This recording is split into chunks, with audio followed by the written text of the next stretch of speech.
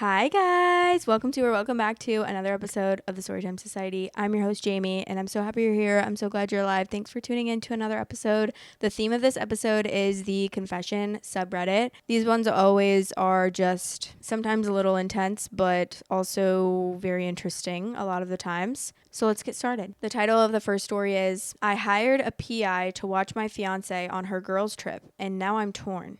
Hey everyone, long-time lurker, first-time poster here. I never thought I'd be the one to spill my story on a confession subreddit, but here we are. To cut a long story short, my fiancé and I have been together for 5 years. Every year she goes on a girls-only trip with her close friends. Something in my gut had been bothering me about these trips.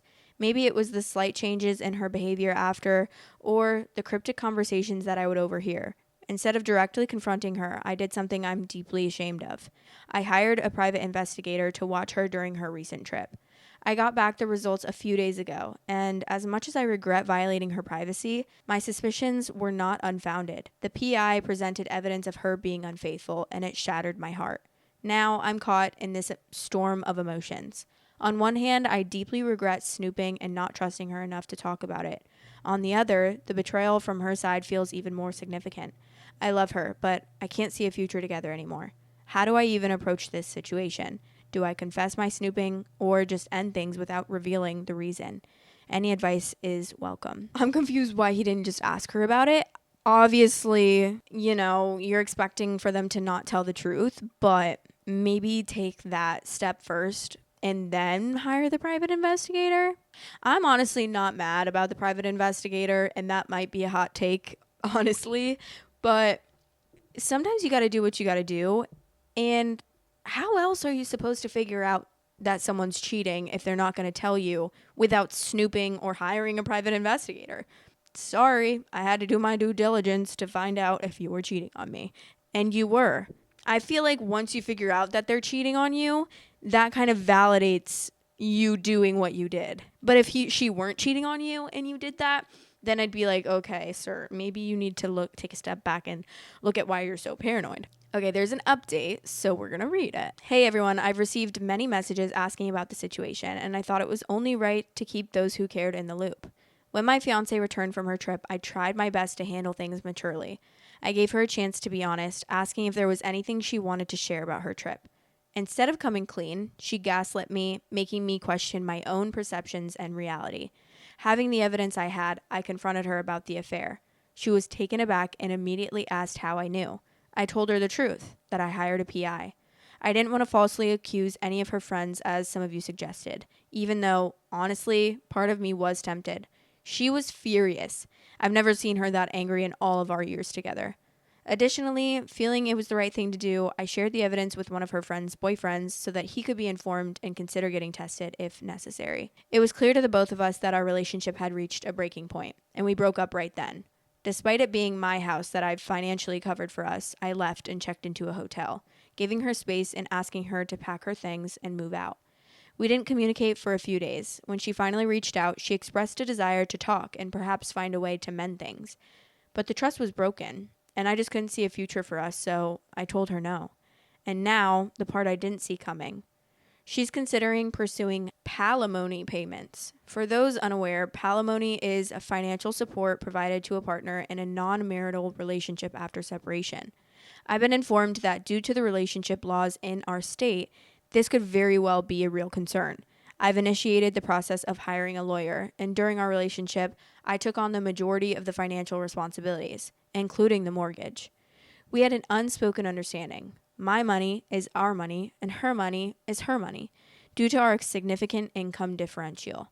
I never thought that my generosity would come back to haunt me. There it is, the update many of you asked for. I wish I had a happier conclusion to this chapter, but life has its own twists and turns.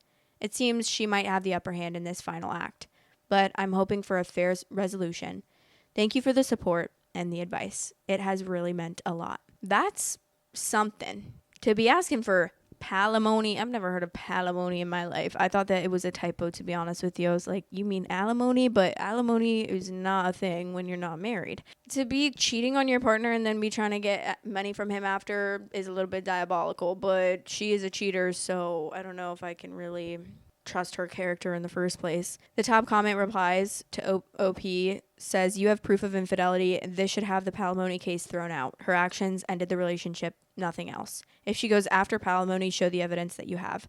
It would probably get it thrown out." Edited to add, "If she has been going on these trips since the start of your relationship, that would probably be more damaging, and she never showed good faith into the relationship in the first place." T. This person said, "I doubt she'd get palimony even if she didn't cheat. If what OP says is true, she had her own money and presumably her own job. He paid the bills while she kept hers. It's not like she was jobless for years and minding the home while he went to work, leaving a damaging gap on her resume. It sounds like OP should counter for court costs." Sheikh Amat said, "The PI easily covers it. It's such an empty threat. It always marvels me on how angry cheaters can get when they are found out. You know what you were doing was wrong, and betrayal is the ninth circle of hell." I know, that's what I'm wondering. I'm like, why are you trying to ruin someone's life even more than you already did? You already cheated. It's like, you have a job. It's not like you have kids and you were taking care of them and raising them. And, The title of the next story is, "I received an open-ended proposition from a female coworker recently. I'm seriously considering accepting. I'm married, mid-30s, father of 2 here. I considered myself very happily married up until about 2 weeks ago. I have a very attractive younger colleague who I've been working with for a little over a year. We immediately hit it off professionally. We work very well together and have received accolades from superiors for our collaborations. She recently left a signed note in my desk drawer confessing that she was wildly attracted to me and wanted to have sex. She didn't care if it was a one-time only or ongoing. She also said that she knew I was married and knew that it was wrong to suggest but could no longer stay quiet and would leave the decision up to me. I haven't answered her yet, and she hasn't said another word about it in the meantime, but our working relationship has, of course, become quite weird. I keep wondering why I haven't responded with a simple thanks. I'm very flattered, but I couldn't possibly do this. It's a simple answer, and the more I think about it, the more attractive the idea becomes. I don't know what to do." Trash. Boo. You're trash. Seriously? Okay, well, there's an update, so let's get into it. He said, "I wanted to say thanks to all who commented and for the good advice from many. It made me think hard. On Sunday, I showed my wife that note and told her I was going to ask to be assigned to work with someone else. And I asked her opinion about the other steps that I should take. She started crying and hugged me and said that she always has been suspicious of my colleague. She had sensed that she was attracted to me and had been somewhat worried, even suspicious of me a few times, for which she apologized for. We ended up talking about it for several hours, and it was wonderful to clear the air with her and get this load off my shoulders. Yesterday, I asked my colleague to go to coffee with me. I handed her the note right back and told her I could not do such a thing, even though I had been briefly tempted. Then I told her I thought it would be best if we mutually sought to be reassigned. I told her, at my wife's suggestion, that I had spoken to my wife about the issue and she had suggested I photocopy the note and take it to HR, but that I didn't want to go that route and would rather that we both came out of this okay with our jobs intact.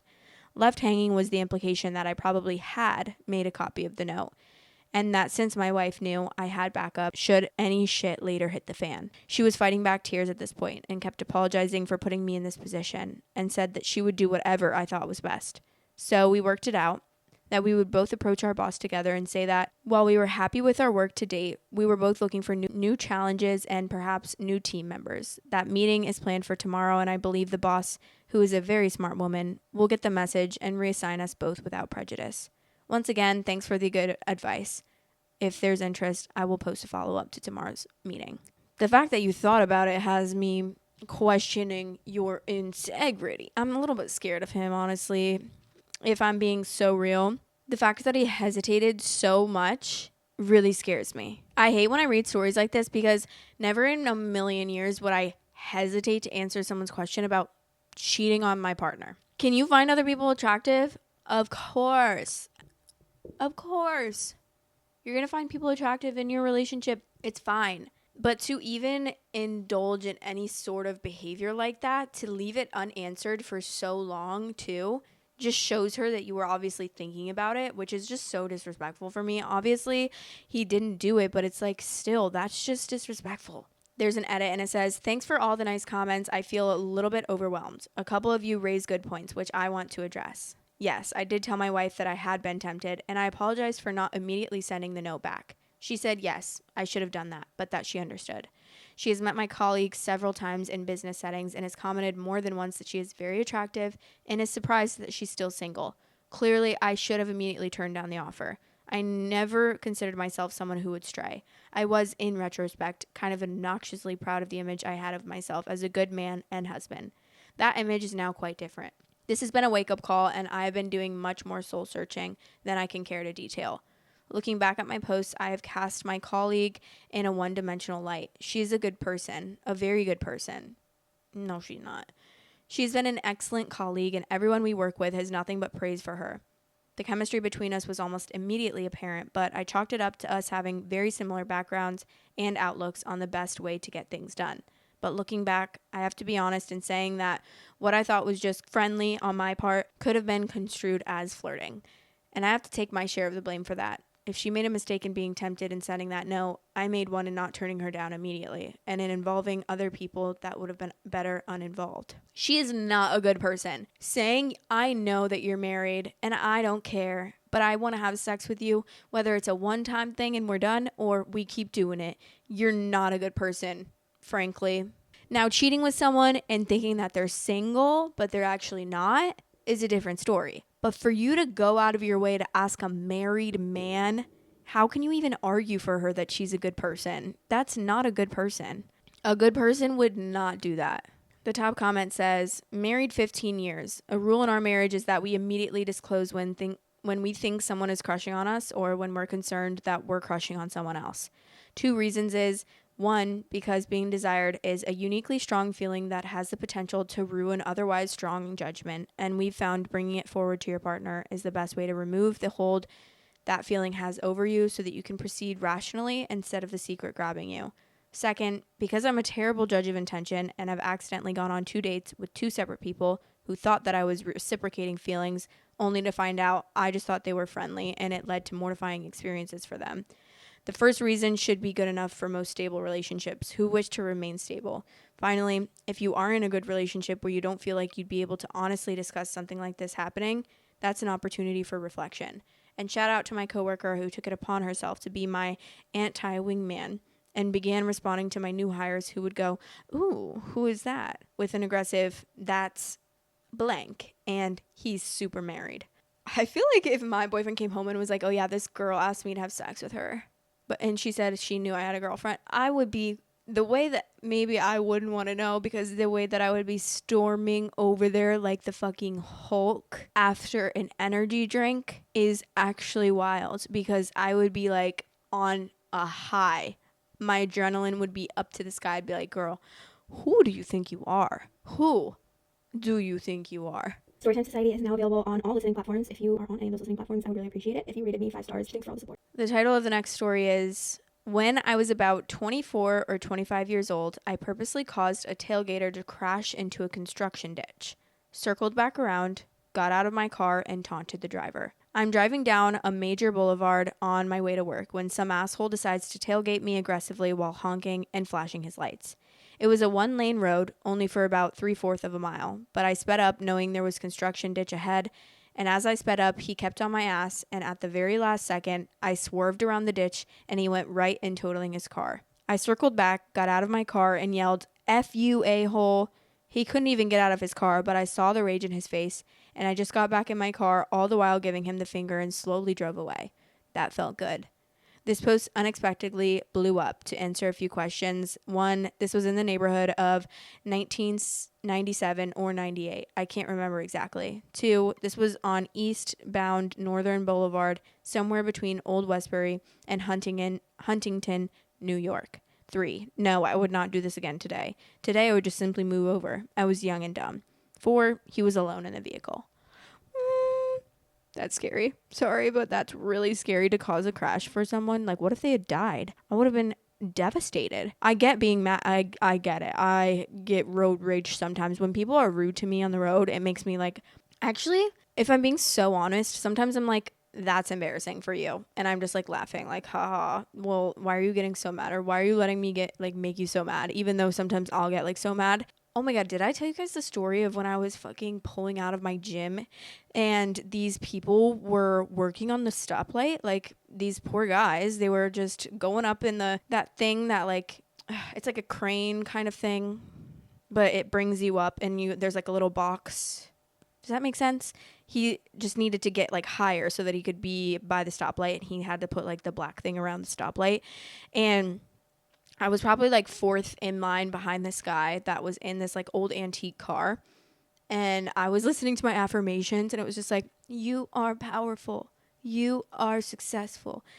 And I was just sitting there, and like 15 minutes had passed by. I didn't think anything of it because I wasn't in a rush at all. And I can understand being upset, like being frustrated about a light not going when you're in a rush. So I don't blame people for being frustrated about that. But this guy, he took it to a whole nother level. I mean, I can't even reenact what he was doing because of how crazy he was, but he almost came back into my car at 100 miles per hour. Like, he backed up so fast, he almost hit my car, and he was yelling like, fuck you, bitch, like, move out of the way, open up. He was yelling at the top of his lungs, louder than I've ever heard someone scream in my life, like yelling.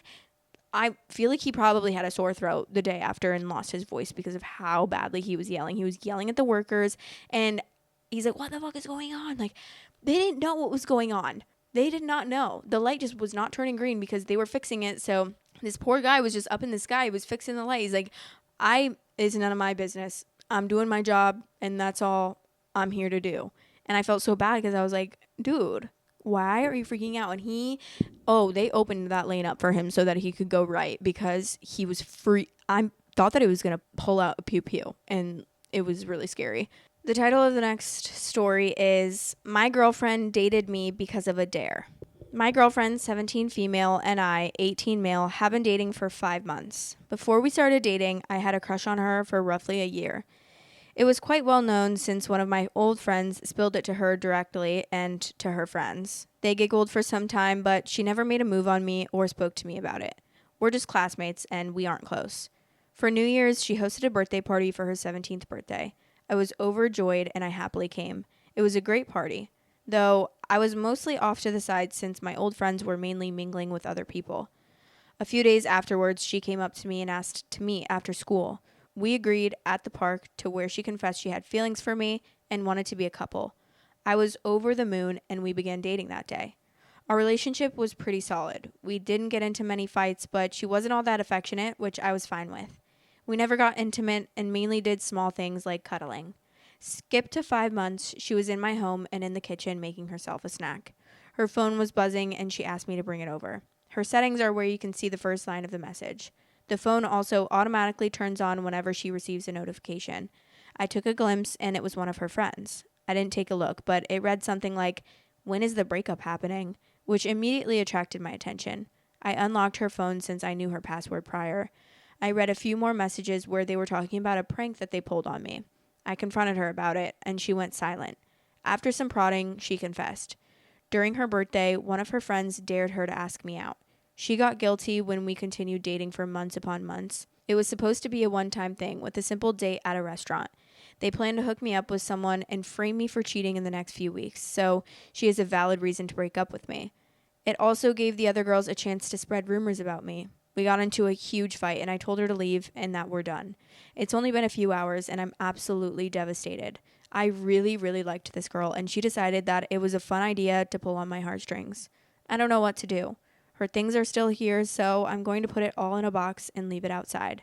She's been texting me, apologizing, and trying to explain herself. I blocked her friends' numbers since they were also harassing me. I haven't blocked her number just yet, since we have to get each other stuff from each other's houses. After that, I'll be going no contact. Luckily, the school year is almost over and I'm graduating, so I don't have to see her again. But I'm still really upset. It hurts.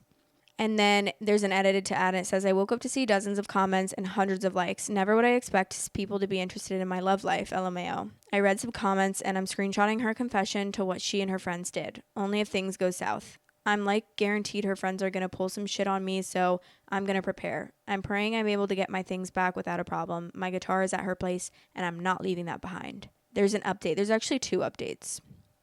The first update is, I honestly didn't expect to post an update so soon, but since I did agree to pick up my things today while also dropping hers off, I don't know why I expected nothing to happen. A lot of you pointed out about how she may have fallen in love with me during our relationship. It doesn't matter if she did or not. She broke my trust, and I'm no longer attracted to her after yesterday. She allowed her friends to talk shit about me and plotted to destroy my reputation. She's weak-minded, and I'm not going to further date someone who will pick their abusive friends over their romantic interest. Do I feel bad? A little, but I tried warning her and she didn't listen. Now on to the actual update. I went to my ex's house with a friend of mine since in no way in hell I'm going there alone. It was right before school. I didn't see my things outside, so I rang the doorbell.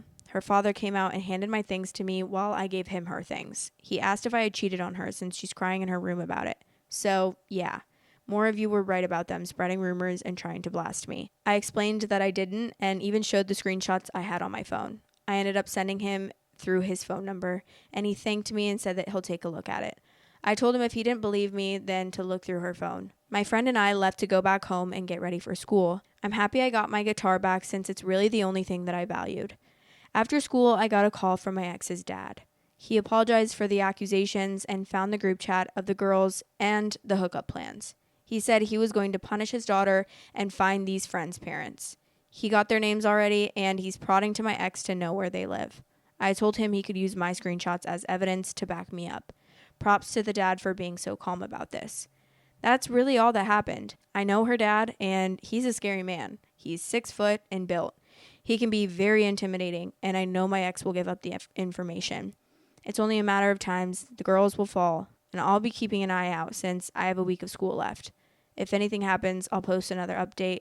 I'm not interested in finding their socials and seeing if they already started spreading the rumors that I was cheating. I'm sure they did. However, everything was fine at school, but now it's the weekend, so I may receive some backlash when I return.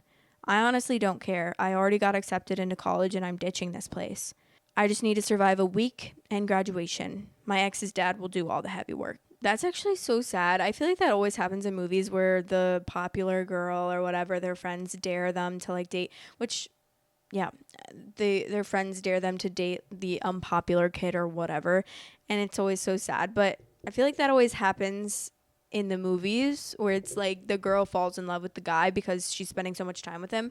I just don't really know how you could keep that elaborate of a prank up for so long. I cannot pretend if I don't like someone. So clearly she did like him and she started liking him, but she just didn't want to tell her friends because she was embarrassed, and they definitely would have made fun of her for that. Update 2, man, sorry it took so long. I got busy with graduation and was waiting for things to be finished up. Now that I think it is, this may be the final update to conclude this mess. My ex got grounded, of course. All technology has been stripped away and she was forced to delete all her socials in front of her dad, besides Facebook because of family connections. She isn't allowed to leave the house and he's hoping to get her a job over the summer. All that money will be directly funded to her college savings and none for spending, so LMAO. Her dad also messaged me that she ended up ratting out her friends' addresses and he went to each house to talk to the parents. I don't know what happened to them, but some were furious at graduation. I know they had a huge fight with my ex and everyone dropped her as a friend. They dropped each other as well. The whole friend group basically crumbled except like 2 of them. I'm pretty sure my ex probably has 1 or 2 friends left, if anything at all. She was well popular, then dropped to the bottom of the food chain, and it's hilarious. None of the girls confronted me except for my ex. She met me after graduation where I was heading back to the car with my parents, and she stopped me midway. She apologized profusely and admitted that she never actually saw me as a lover, but as a best male friend. She realized how much we had in common when she took me on that date and wanted to get to know me more. She's a lesbian, but wanted to keep the charade of us pretending to be lovebirds so that her friends wouldn't think she's a freak for liking girls. They're quite homophobic and would have dropped her. They did anyways, so. She also used the whole prank card as an excuse to not break up, since I could have told people and word would have been spread around and it could have ruined her reputation too. Which is why they did the whole getting me framed for cheating thing. I'm surprised she suspended it for several months and got that far. It's impressive, actually. If I hadn't caught her in time, she probably would have gone through with it due to peer pressure.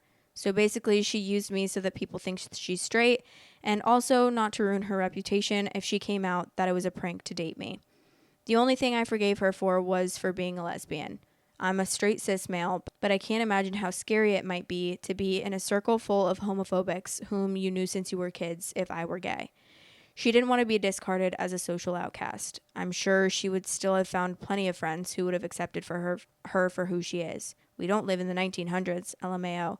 Still, I understand why. I honestly would have rather her come out as a lesbian than using our relationship as a prank. It would have been so much easier to handle. In the end, I told her to leave me alone and that I blocked her. She understood and she left. She was sobbing so much and was having a panic attack in the parking lot. I had to drag her away from my parents at one point since I didn't want them finding out what had been going on. I only told them that we broke up and this is a final conversation to clear things up. I do feel bad for her, but I can't help her. I do hope that she finds better friends, honestly. Anyways, that's all for the update. I told her dad that I made a Reddit post about this situation. I didn't want to out her, so I asked him to ask her if it would be okay, and she said yes. I don't know if she reads my posts or not, but she definitely now knows I wrote about her on Reddit. Oops. Edit.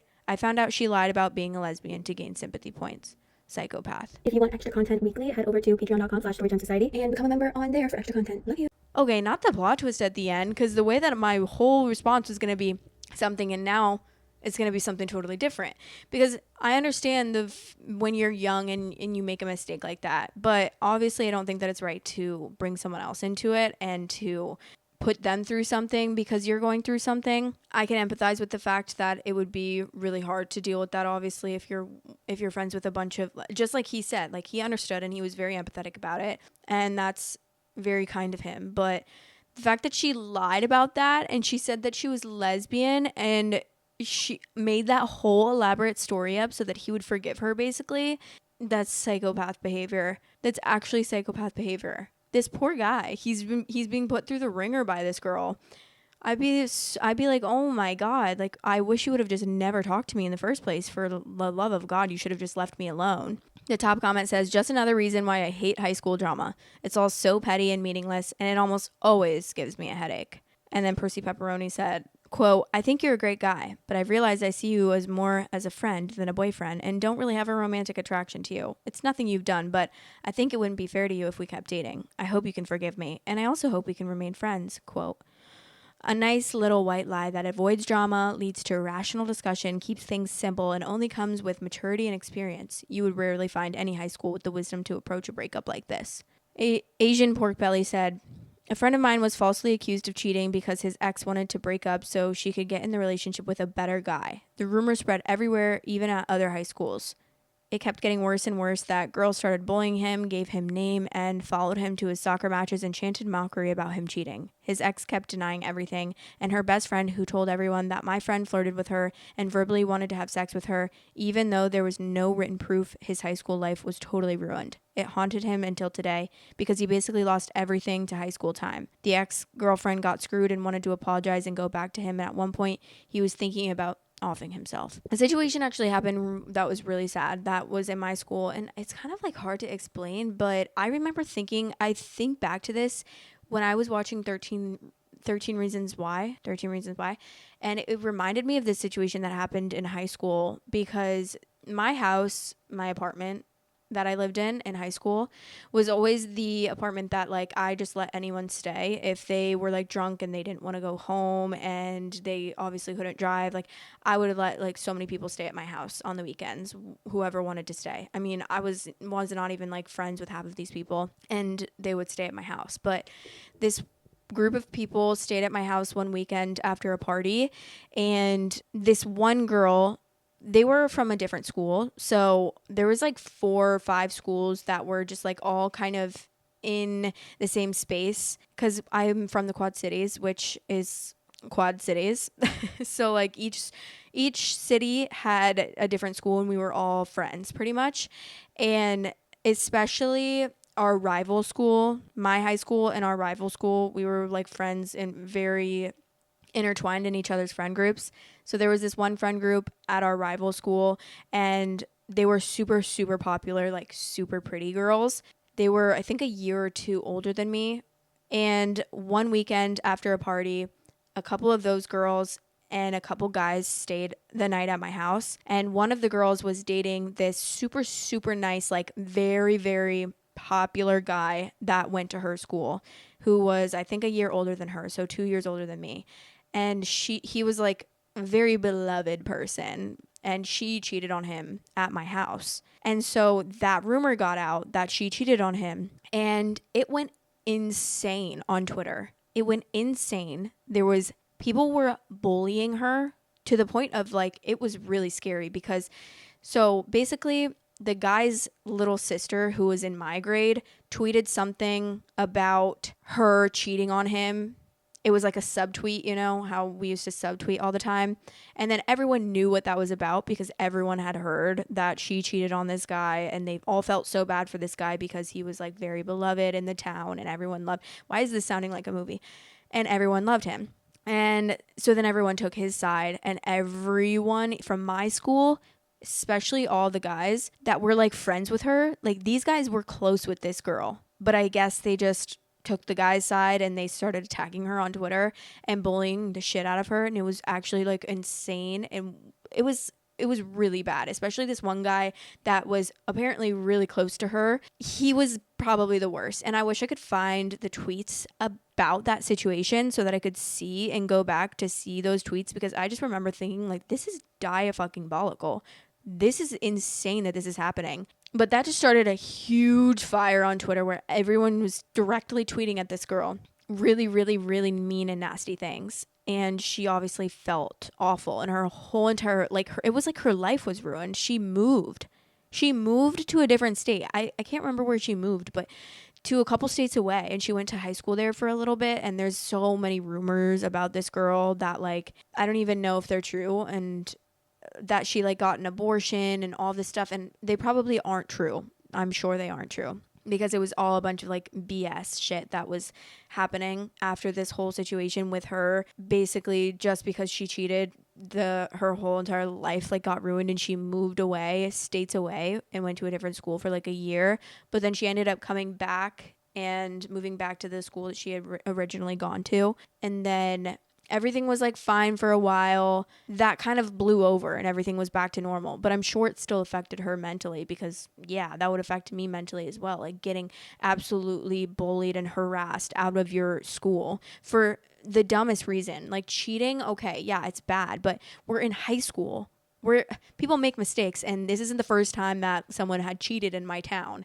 Not men, but the boys in my school and the boys in my town did it all the time. It was such like a common thing.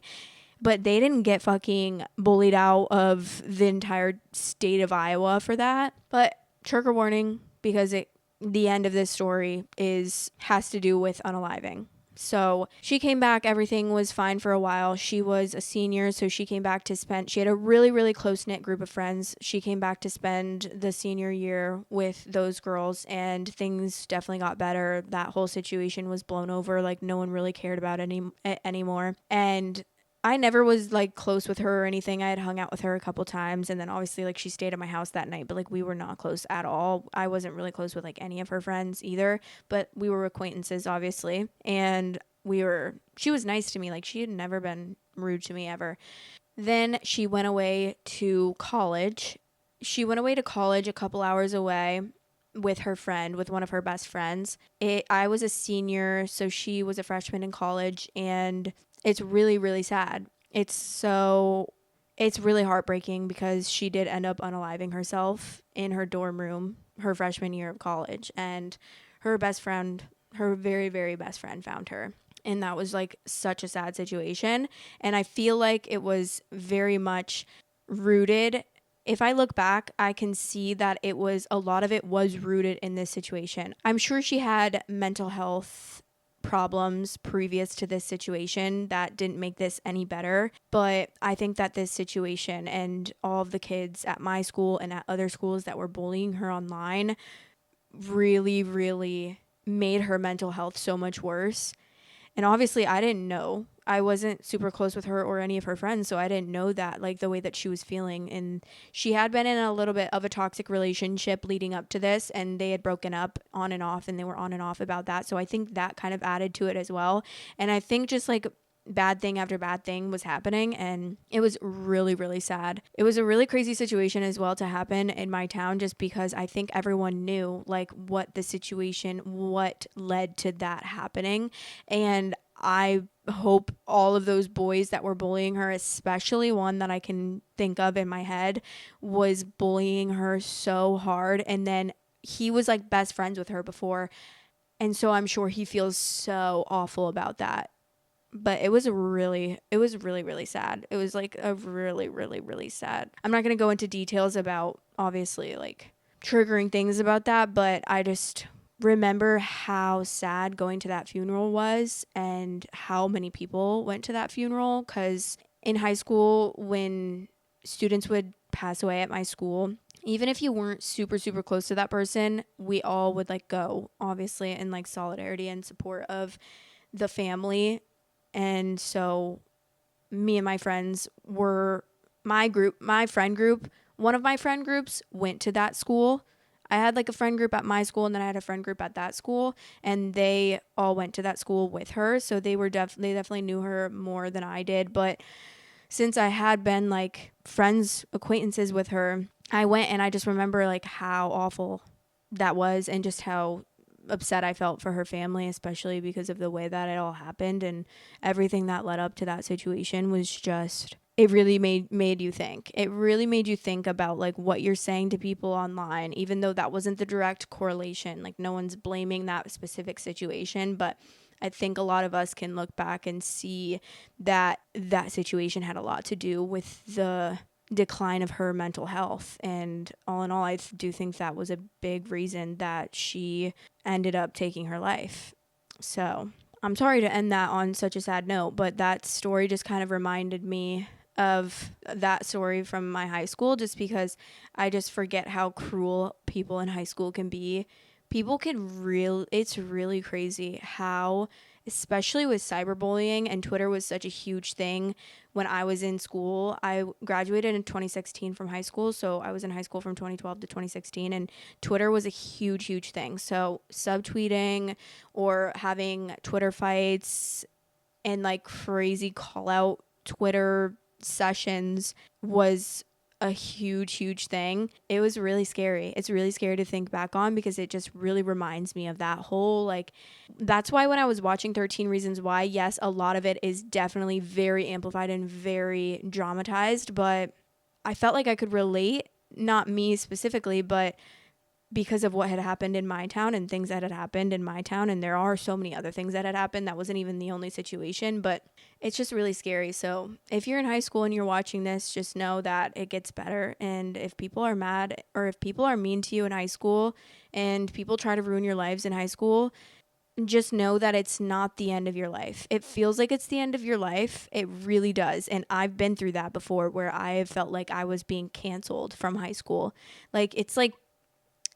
It's literally reminds me of a cancellation from social media, but in high school, because people would like get canceled in my school all the time. We didn't call it that, but it definitely felt that way. And it was just like a dog pile of people just piling on to someone, bullying them to the gods. And it's really sad to think about, but it's really crazy how mean young people can be.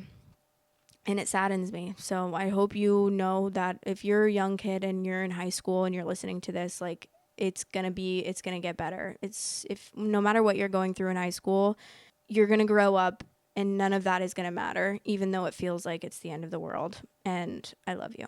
That's the end of that episode. Sorry, I just took over that whole last 20 minutes of that. And I'm not very good at telling stories. I'm very all over the place, but that story is definitely one that kind of gets me. It makes me feel really sad, because I obviously was not directly involved in that situation, but it did kind of stem from a situation that happened at my house. So I felt like I had a little bit of a personal tie to it. But I hope you guys enjoyed this episode, and let me know what you thought about the stories in the comments below. If you haven't already, please subscribe. I would really appreciate it. I appreciate all of your guys' support, and I love you guys so much, and I'm just very thankful for you guys and very grateful for you guys. So I'll talk to you in the next episode. Bye. My merch is out. Yeah, but this is it. And this comes in pink, black, and white. If you want to get a little cute piece of merch, go grab one. Link is in the description to purchase. Love you guys. Thanks for watching. Please like, comment, and subscribe.